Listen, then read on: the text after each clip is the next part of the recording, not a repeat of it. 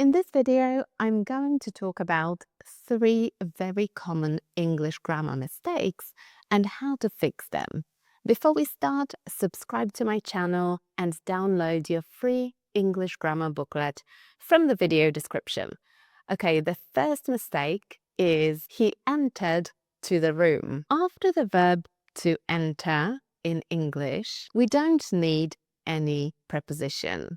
So we can just say he entered the room. So the meaning of into is already included in the word to enter. So you enter something. He entered the room. The car entered the garage. You can say he went into the room. That's a different verb, to go. So he went into the room. And into is for movement from outside to inside. You can also use into with run. So he ran into the room. And with to walk.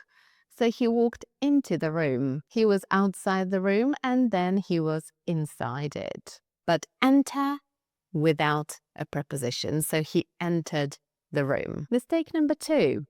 I am used to wake up early. I am used to something. To be used to something means that you're accustomed to something. Something is normal for you.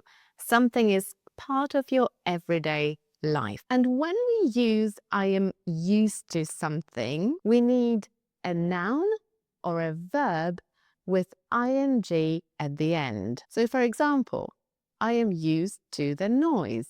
That's a noun. I am used to the weather. That's also a noun. I am used to waking up early. That's a verb with ing at the end. I am used to running.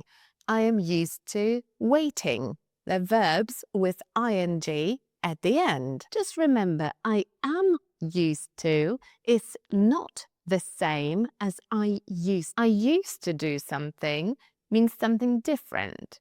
It means I did something in the past, but I don't do it now. And I've got a separate video about this, explaining the details.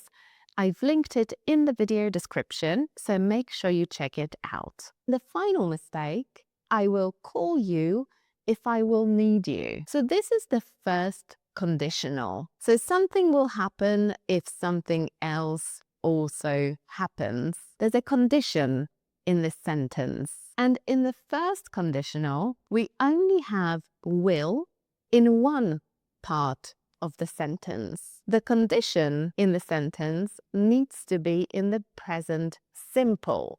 So if I need you, we can't have will after if. So we've got the present simple after if, and we've got I will in the other part of the sentence.